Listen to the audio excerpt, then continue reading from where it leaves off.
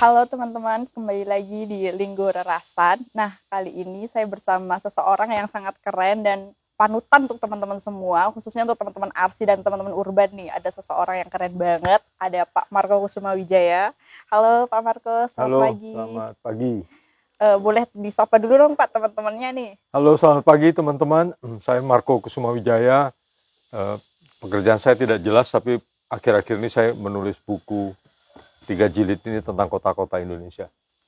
Iya teman-teman, jadi Pak Marco baru aja menulis buku tentang pengantar kota-kota di Indonesia untuk orang-orang banyak. Isinya keren banget, isinya tentang kota-kota di Indonesia buat teman-teman yang arsi ataupun teman-teman yang urban yang punya fokus di kota-kota, wajib banget baca ini karena isinya super lengkap dari sejarah dan juga perkembangan kota nih.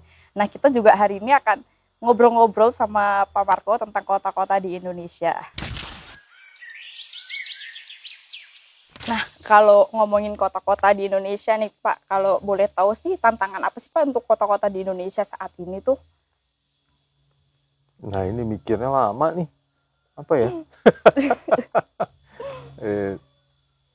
Tentu saja pertama-tama tantangan perkotaan kita adalah peningkatan jumlah penduduk. Secara absolut penduduk perkotaan kita sekarang menjadi lebih banyak daripada penduduk pedesaan. Tetapi masalah itu menjadi lebih rumit karena kita sebelumnya juga sudah susah gitu. Kota-kota kita dari dulu tidak pernah adil karena kolonialisasi. Jadi kolonialisme itu membuat kita sebagai bangsa itu seperti mengalami stunting gitu.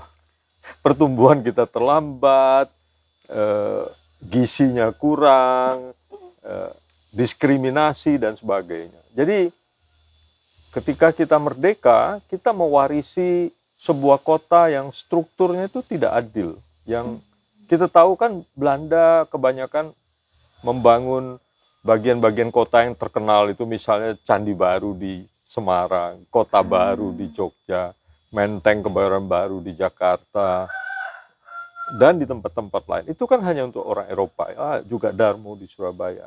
Tentu ada program-program perbaikan kampung, pembangunan sebagian kecil dari kebutuhan, perumahan untuk kaum pribumi dalam tanda petik. Itu pun karena di kampung-kampung sebetulnya sudah tinggal orang-orang Eropa dan lain-lain yang di awal abad 20 tidak semuanya kaya orang Eropa.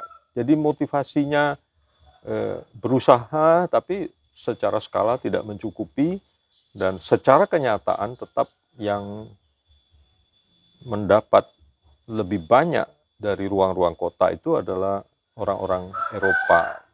Atau sebetulnya tidak adil kalau dibilang hanya orang Eropa, tapi orang Eropa dan elit pribumi. Hal yang sudah dikritik misalnya oleh Thomas Karsten ada di buku ini. Thomas Karsten menulis tahun 1920-an, dia mengatakan ya, semua usaha perumahan kita kolonial, pemerintah kolonial tidak menjangkau yang paling membutuhkan, yang dapat untung hanyalah orang elit dan kelas menengah, termasuk misalnya aristokrat, pegawai negeri kolonial. Jadi kita mewarisi ketidakadilan dalam hal struktur, juga pendidikan, juga prasangka-prasangka buruk gitu ya, termasuk mindset yang menentang atau anti pedagang kaki lima gitu. Itu sudah ada akarnya di tahun 20-an, Udah sejak zaman dulu banget. Udah zaman dulu gitu. Dan kita masih merasakannya itu di kalangan birokrasi kita dan sebagainya. Jadi kalau dibilang kemudian tantangannya memang termasuk itu, termasuk bagaimana kita harus menyadari kita mewarisi bukan saja warisan fisik yang tidak adil, tata ruang yang tidak adil, tapi juga kita mewarisi paradigma yang kita harus ubah itu.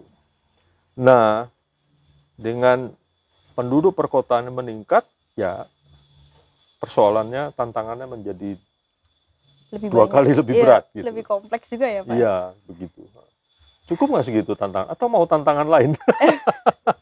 Kalau tantangan sih banyak sekali sebetulnya. Ya pelayanan-pelayanan dasar kita kan jauh dari terpenuhi ya.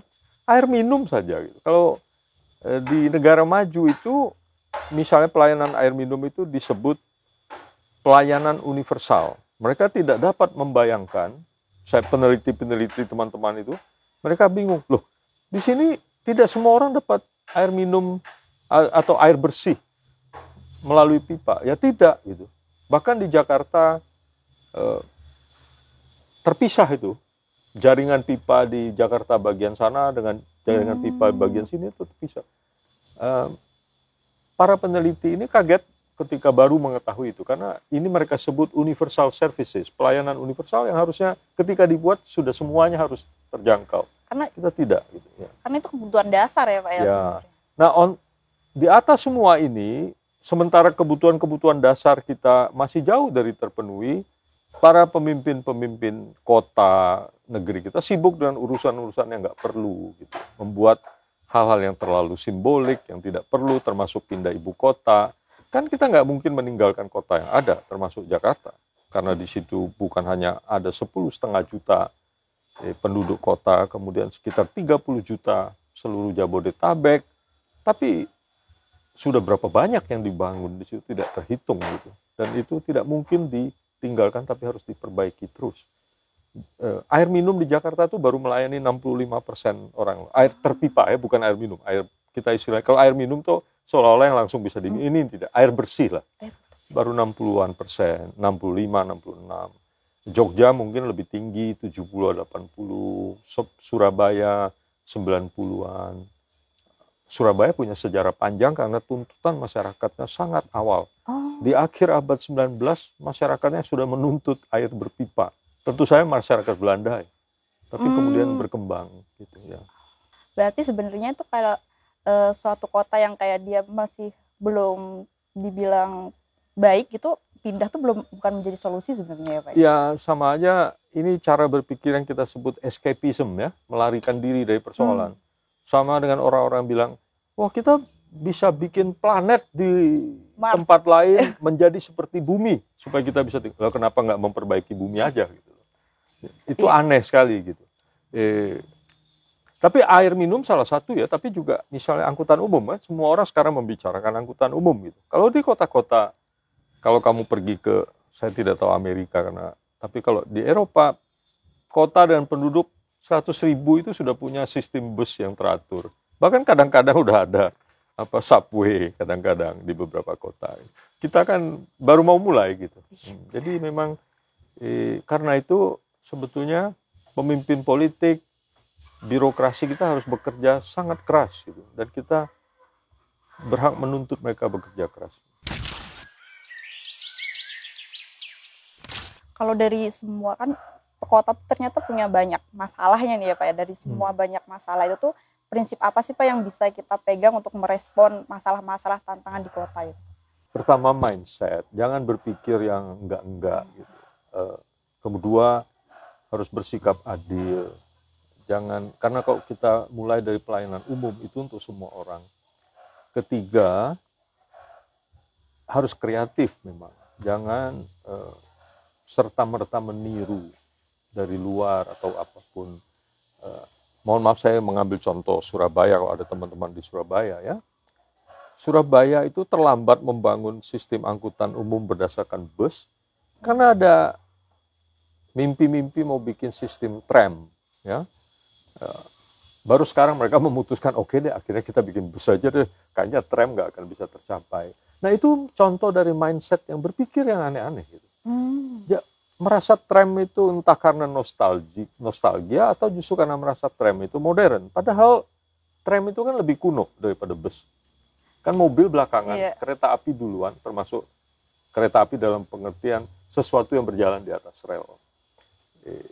Sekarang mereka baru menyadari sistem bus itu dibuat justru karena kreativitas beberapa negara di Amerika Latin, karena tidak bisa kita dengan dana terbatas dan sistem kota kita yang dalam tanda petik tidak seteratur kota di Eropa atau di Amerika, kita tidak mungkin bikin sistem kereta api ataupun sistem yang menggunakan rel. Karena rel itu punya keterbatasan, misalnya nggak bisa nikung terlalu tajam. Gitu. Iya. Kalau bus itu kan bisa fleksibel Iya. gitu. Dan jadi apa namanya dan dia tidak perlu dibikin jalan baru kan, khusus. jalan yang ada. Gitu. Jadi itu solusi kreatif itu. Yang sekarang kita merasa biasa, tapi ketika itu muncul berapa puluh tahun yang lalu di Amerika Latin, orang kok oh iya ya kenapa tidak gitu. Bus bisa dibuat jadi cukup dalam tanda petik massal meskipun belum betul-betul massal. Tapi poinnya itu, kota-kota kita itu memang tidak mungkin mempunyai sistem angkutan massal karena penduduknya sebenarnya tidak padat, terlalu tersebar. Gitu. Makanya Jakarta lebih mudah, meskipun Jakarta juga tidak terlalu padat, gitu ya, tapi lumayan.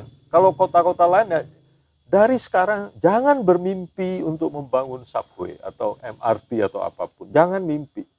Kalau Anda belum mencapai kepadatan rata-rata 150 atau 200 jiwa per hektar, nggak usah mimpi, jangan dikit-dikit banding, oh Jakarta bisa, gitu. Nggak, pasti tidak. Nah, itu antara lain maksud saya. Karena saya tahu banyak kepala daerah, termasuk penduduk juga, selalu bermimpi mau seperti Jakarta. atau seperti Singapura, atau seperti New York, mentang-mentang kalau baru pulang dari New York kan, waduh enak banget ya, nggak bisa. Gitu. Keuangan kita tidak mencukupi. Pakai bus, gitu. Bus itu fleksibel. Nah, lalu perlu kesabaran. Jangan begitu ada, tidak bisa mengharapkan orang langsung pindah naik bus, tapi ada waktunya. Berarti sistem dan sistem bisnya, sistem integrasinya juga sebenarnya penting ya Pak ya untuk Betul. kenyamanan Misalnya, penggunaan itu. ya, misalnya seperti Jogja, karena kita berada di Jogja ya. Jogja itu kepadatannya rendah dan mulai sangat tersebar.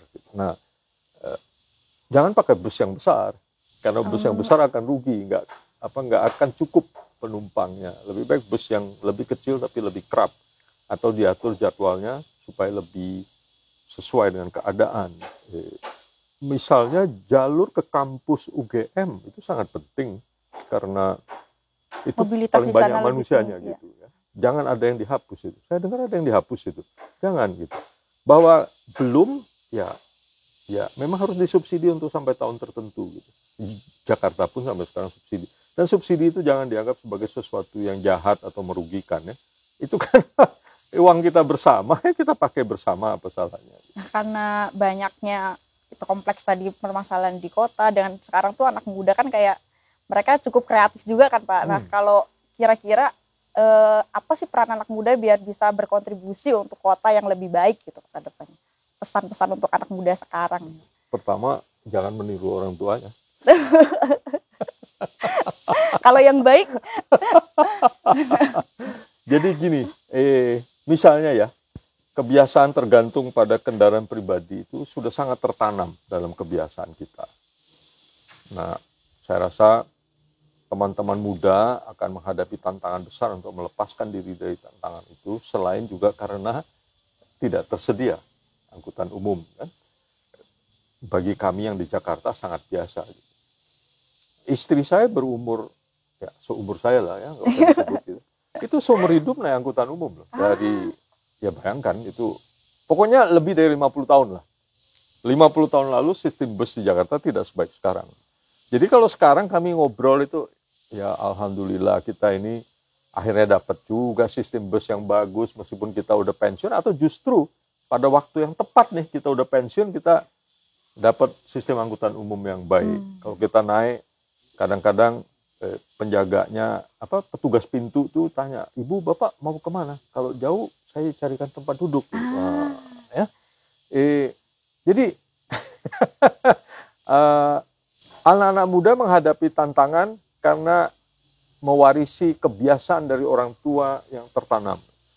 Di lain pihak memahami kenyataan bahwa sebetulnya kota itu kelebihannya yang paling penting adalah dia memungkinkan banyak hal bisa diupayakan bersama-sama. Karena semua orang tinggal di kota yang sama, yang merasa memiliki hal itu ya Pak ya. Kita berjumlah banyak, berkumpul di tempat yang sama, banyak hal bisa dibuat bersama. Kenyataannya kan salah satu mengapa kita ini suka pindah ke kota, termasuk saya dari kampung saya di Pangkal Pinang itu pindah ke Jogja, ke Bandung, Jakarta. Karena di kota-kota makin besar, makin padat, itu makin banyak fasilitas. Kampung saya dulu waktu kecil ada bioskop, kemudian hilang, kemudian sekarang saya nggak tahu ada atau nggak, kayaknya nggak ada. Misalnya gitu, tapi juga lain-lain ya. Entah itu kolam renang, entah itu pusat perbelanjaan, pasar dan lain sebagainya. Keragaman barang, keragaman pengalaman, keragaman orang, pergaulan itu kota. Karena itu dia selain mempunyai lebih banyak fasilitas dan keragaman barang maupun orang, dia juga memungkinkan lebih banyak barang dan fasilitas untuk diadakan secara bersama-sama. Karena itu jangan heran harga barang bisa lebih murah di Jogja daripada di desa kan? Iya. Karena itu logika pasar. Kalau pasarnya demand-nya banyak, itu orang yang mensuplai lebih mudah dan harganya turun. Nah, anak muda perlu menyadari itu dan jangan menghindar darinya. Berusaha terus untuk mari kita mengupayakan apa-apa itu secara bersama-sama sebanyak mungkin. Ya kalau soal buku saya ini, mungkin salah satu motivasinya memang menjawab tantangan itu. Jadi menyadari di satu sisi kita ini stunting karena perkembangan kita kayak diputus oleh kolonialisme. Tapi kedua, bagaimanapun juga kita punya pengalaman, punya contoh-contoh dari sejarah, dari 1400 tahun yang lalu. Misalnya taman pertama ada di Sriwijaya, melalui prasasti Talangtuo kita tahu itu kebun. Kebun pertama ada ruang terbuka, dengan konsep jenis tanaman yang disebut dengan tujuan spiritual, supaya mendapat pencerahan dan lain sebagainya. Dibandingkan dengan sekarang, kota-kota kita kan sedang tergila-gila dengan taman gitu ya. Mana-mana orang bikin taman, ada lettering. RTH-nya biar banyak. Tapi kita nggak pernah baca apa tujuan spiritualnya, apa tujuan etiknya, apa jenis pohonnya kita juga tidak tahu dan tidak dijadikan tujuan kecuali keindahannya. Nah, ya jadi selalu saya bilang menghadapi tantangan-tantangan perkotaan ini, kita terlalu banyak merencana, tapi sebenarnya kekurangan pengetahuan. Jadi saya berusahalah menyumbang sedikit apa yang saya tahu, apa yang bisa saya lakukan dengan mengumpulkan cerita dan pengalaman dari kota-kota. Berarti di buku yang 3 paket ini banyak banget isi tentang cerita kota-kotanya gitu ya Pak ya. Tentang pengalaman sejarah-sejarah kota. Ya. Jadi ada 13 atau 14 bab berjudul nama kota. Tapi dari tiap-tiap kota itu sebetulnya membicarakan bukan hanya tentang kota itu, tapi isu-isu yang terdapat di kota itu, tapi mungkin juga terdapat di kota-kota lain. Kemudian ada 2 bab yang berjudul nama orang, yang menurut saya penting, yaitu Thomas Carsten dan Muhammad Susilo sebagai peletak dasar-dasar tradisi merencana kota. Kemudian kita juga punya presiden yang mendahului kota atau mempengaruhi kota. Misalnya candi. Candi itu memberikan kita panduan tentang arah, tentang hubungan tatanan permukiman dengan kosmologi, dengan unsur-unsur kebumian lah. Jadi gunung, air dan lain sebagainya. Masjid tentu saja menentukan bukan saja bentuk kota dalam arti fisik, tapi kan juga menentukan kegiatan sosial, pergerakan orang di dalam kota. Jadi kalau kita membuat angkutan umum, ya harus ada yang melewati masjid misalnya gitu kan. Karena tempat-tempat ibadah. Gitu ya. Karena dan pada hari tertentu bisa diantisipasi kan. Pada hari Jumat jam sekian pasti lebih ramai orang gitu. Nah itu kan sistem angkutan umum kita harus disesuaikan dengan kebutuhan-kebutuhan itu. Ternyata emang kota di Indonesia ini masih banyak masalah dan sebenarnya punya cara-cara kita bisa merespon itu dengan kreatif gitu ya Pak ya. Ya, dan saya rasa anak-anak muda sekarang selain kreatif kan juga aksesnya ke pengetahuan tidak terbatas ya, mudah sekali gitu dibandingkan zaman kami dulu. Mau ke perpustakaan aja repot, lo nggak ada angkutan umum mau ke perpustakaan gimana? Dulu waktu saya SMA di Jogja, saya baca koran Kedaulatan Rakyat itu, saya datang ke kantor Kedaulatan Rakyat itu loh, yang Mereka kan ada Yang di dekat Malioboro. ya yang mereka tempel di lemari kaca. Jadi kita bacanya di situ karena kita tidak mampu langganan. Ditempelin itu kita baca sambil jalan-jalan. Sekarang kan Anda klik berita apapun dapat gitu. Tapi itu sekaligus adalah tantangan, kelebihan dan sekaligus tantangan karena tidak semua berita benar. Kemudian poinnya adalah lebih mencari kesimpulan yang benar dari begitu banyak informasi. Tapi itu semua adalah umpan untuk kreativitas kan. Kreativitas kan tidak bisa kalau tanpa pengetahuan. Kreativitas tanpa pengetahuan itu seperti orang berjalan buta. Mohon maaf kepada teman-teman difabel. Sementara kalau kebanyakan pengetahuan tanpa kreativitas itu kayak orang pincang. Mohon maaf juga kepada teman-teman difabel. Banyak tahu tapi nggak tahu mau kemana. Sementara kalau kreatif tanpa pengetahuan asal jalan. Nggak tahu arah gitu. Jadi ya saya rasa kalau ditanya peran teman-teman muda, ya bukan peran sih, tapi kan masa depan tuh punya Anda gitu. Jadi bukan soal peran, tapi apa? Kita harus memiliki rasa kalau masa depan tuh punya kita, jadi kita harus gimana caranya agar masa depan itu bisa lebih baik gitu ya. Karena nah, yang penting itu sebetulnya ya ketika orang mengatakan kita semua punya hak atas kota, itu jangan diterjemahkan hanya hak untuk mendapatkan sesuatu dari kota. Bukan. Hak atas kota itu artinya berhak untuk menentukan bentuk kotanya maunya seperti apa. Nah, pengertian bentuk itu juga bukan fisik gitu ya. Bentuk itu bentuk hubungan sosial. Gitu. Bentuk kita, hubungan kita dengan ruang terbuka, hubungan kita dengan tetangga, hubungan kita dengan pemerintah. Jangan pakai istilah penguasa itu. Dia tidak berkuasa atas kita. Supaya kita yang berkuasa atas mereka karena gajinya dari kita. kita bayar pajak. Iya, mereka bekerja untuk kita. Dan karena itu saya tidak merasa risih untuk memaki-maki. Kalau ada pejabat yang bekerja tidak benar. Oh, dia pegawai kita loh. Kita yang bayar mereka ya. Iya ya, dia tidak bayar kita gitu. Jadi jangan malu-malu. Tapi poinnya itu, jangan berhenti pada menuntut sesuatu. Tapi ikut menentukan kota itu mau seperti apa. Itu namanya sebetulnya yang dimaksud oleh David Harvey dalam The Right to the City. Itu. Hak untuk menentukan arah kota. Itu penting banget karena apalagi sekarang perubahan kota begitu kencang, begitu cepat, termasuk masalah krisis iklim yang begitu ditentukan oleh kota. Ya. Urbanisasi sangat menentukan krisis iklim. Gitu. Jadi, nah kotanya itu seperti apa akan menentukan krisis iklim. Nah, krisis iklim itu menentukan mati hidup kita loh. Mati hidupnya kalian lah gitu. Kalau saya sudah pasti akan mati duluan. Mudah-mudahan ya, jangan kalian duluan. Gitu. Ya. Jadi menentukan arah kota itu penting sekali untuk mencegah krisis iklim. Pak Marco, kalau untuk tantangan perkotaan yang krisis iklim nih Pak, karena krisis ikliman saat ini kayak bener-bener terasa banget nih. Gimana tuh Pak? Ya, masalah krisis iklim itu ada dua ya menurut saya bagi kita konteksnya. Satu tentu saja kita perlu berusaha bersama-sama untuk menekan itu.